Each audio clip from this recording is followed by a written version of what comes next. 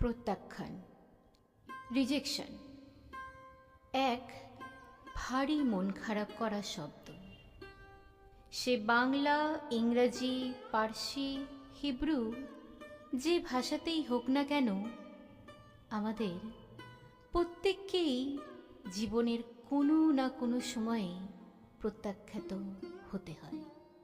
কখনো চাকরির ইন্টারভিউ দিতে গিয়ে, কখনো অটো চালকের কাছে 100 টাকার খুচরো চাইতে গিয়ে, কখনো কাউকে প্রপোজ করতে গিয়ে, আবার কখনো সম্পর্কে দীর্ঘকাল থাকার পরেও।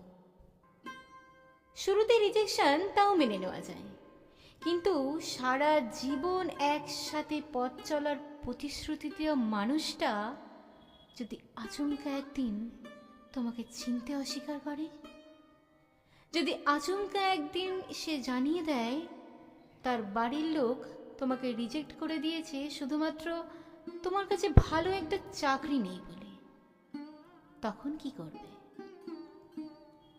जो मर्द होता है उसे दर्द नहीं होता। বহুকাল আগে অমিতাভ বচ্চনের বলা এই সংলাপকে মূল মন্ত্র ধরে নিয়ে জীবন কাটাতে চায় অনেকেই, কিন্তু আমি বলবো এই সংলাপ আসলে সত্যি নয়। আজ ये मर्द को भी दर्द होता है। প্রেম ভেঙে গেলে, সম্পর্ক দুমড়ে মুচড়ে গেলে পুরুষের গাল দিয়েও জল গড়িয়ে পড়ে, কিন্তু সেই জলের দাগ তড়িঘড়ি মুছে ফেলতে হয়, নয়তো সমাজ বলবে পুরুষ মানুষ ওই কাঁদছিস। কি আইরনি না? এখন অবশ্য অনেক জায়গাতেই আর একটা কথা বলারও প্রচলন রয়েছে, পুরুষ মানুষ মাত্রই নাকি প্রতারক। কিন্তু সত্যি কি তাই? সত্যি কি একজন পুরুষ একটা সম্পর্কে থাকাকালীন আরও একটা বা দুটো সম্পর্কে জড়িয়ে পড়ে? সত্যি কি একজন পুরুষ শুধুমাত্র খুঁজে বেড়ায় নারী শরীর? ব্রেকআপের পর মুভ অন করতে গিয়ে তাদের কি সত্যি মাত্র 2-3 দিনই সময় লাগে? আগে না, প্রতি বছর দুর্গাপুজোয়, সরস্বতী পুজোয়, ঈদে, ক্রিসমাসে যখন এক ঝাঁক প্রেমিক প্রেমিকা হাতে হাত রেখে ঘুরে বেড়ায়, ফুচকার ঝাল নিয়ে ঝগড়া করে, ওলা উবের দেরিতে আসলে অস্থির হয়ে যায়, একটু খেয়াল করলে দেখতে পাবে সেই সব থেকে অনেক দূরে থাকা বেশ কিছু পুরুষকে একা একা ঘুরে বেড়াচ্ছে আলোর চাদরের নিচে, এক বুক অন্ধকার নিয়ে, শূন্য দৃষ্টি নিয়ে। ক্যাফে বা রেস্টুরেন্টেও এমন অনেক পুরুষের দেখা মেলে, যারা কোনো এক কোনায় বসে কাটিয়ে দেয় পুরো সন্ধেটা একা একা। একটু খোঁজ নিলে হয়তো তোমার পাড়া বা পাশের পাড়াতেও এমন কোনো বৃদ্ধের হদিশ পেয়ে যাবে, যিনি সেই তার যৌবনকালের প্রেমিকার স্মৃতি নিয়ে আজও একা একা বেঁচে আছেন, বিয়েই করেননি। আছে আছে, এমন পুরুষও আছে যারা টিউশনি পড়ানোর মাইনের টাকা থেকে প্রেমিকার জন্য আজও গোলাপ কেনে, যারা প্রেমিকার বাবা যাতে মেনে নেয় সেই জন্য দিন রাত এক করে পড়াশোনা করে একটা ভালো চাকরি জোগাড় করার জন্য, যারা বউয়ের শরীর খারাপ হলেই সারা রাত জেগে বসে থাকে বউয়ের পাশে, আর তাদের যখন মন ভাঙে তারা না পারে কাউকে বলতে, না পারে হাউ হাউ করে কাঁদতে, না পারে সব ছেড়ে ছুড়ে কোথাও একটা চলে যেতে, তাদের থেকে যেতে হয়। রাতের পর রাত জেগে গান শুনি, দিনের পর দিন বন্ধুদের ঠাট্টা তামাশা সহ্য করে তাদের থেকে যেতে হয়।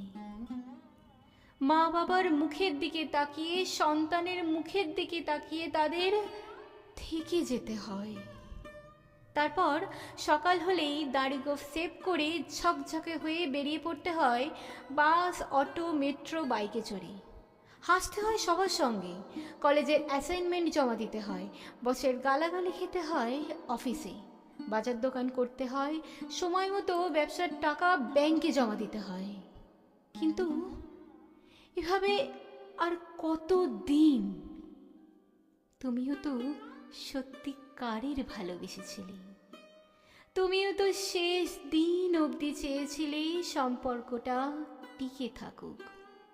তাহলে সেই সময় তোমার কাছে একটা ভালো মাইনের চাকরি ছিল না, অথবা ছোট্ট ভুল বোঝাবুঝিকে বড় ইস্যু বানিয়ে সেদিন তোমাদের হাত ছেড়ে চলে গেছিল? তারা তো ভালো আছে, তাহলে তোমরা কেন ভালো থাকবে না? আমি কিন্তু একবারও বলছি না ভালো থাকা মানে এক্ষুনি আর একটা সম্পর্কে জড়িয়ে পড়া। আমি শুধু বলছি, লুকিয়ে রাখা চোখের জলটাকে মুছে ফেলে এবার একটু মন খুলে হাসো, গঙ্গার ধারে হাওয়া খাও, সিনেমা দেখো, বন্ধুদের সাথে আড্ডা দাও, হাসি ঠাট্টা করো।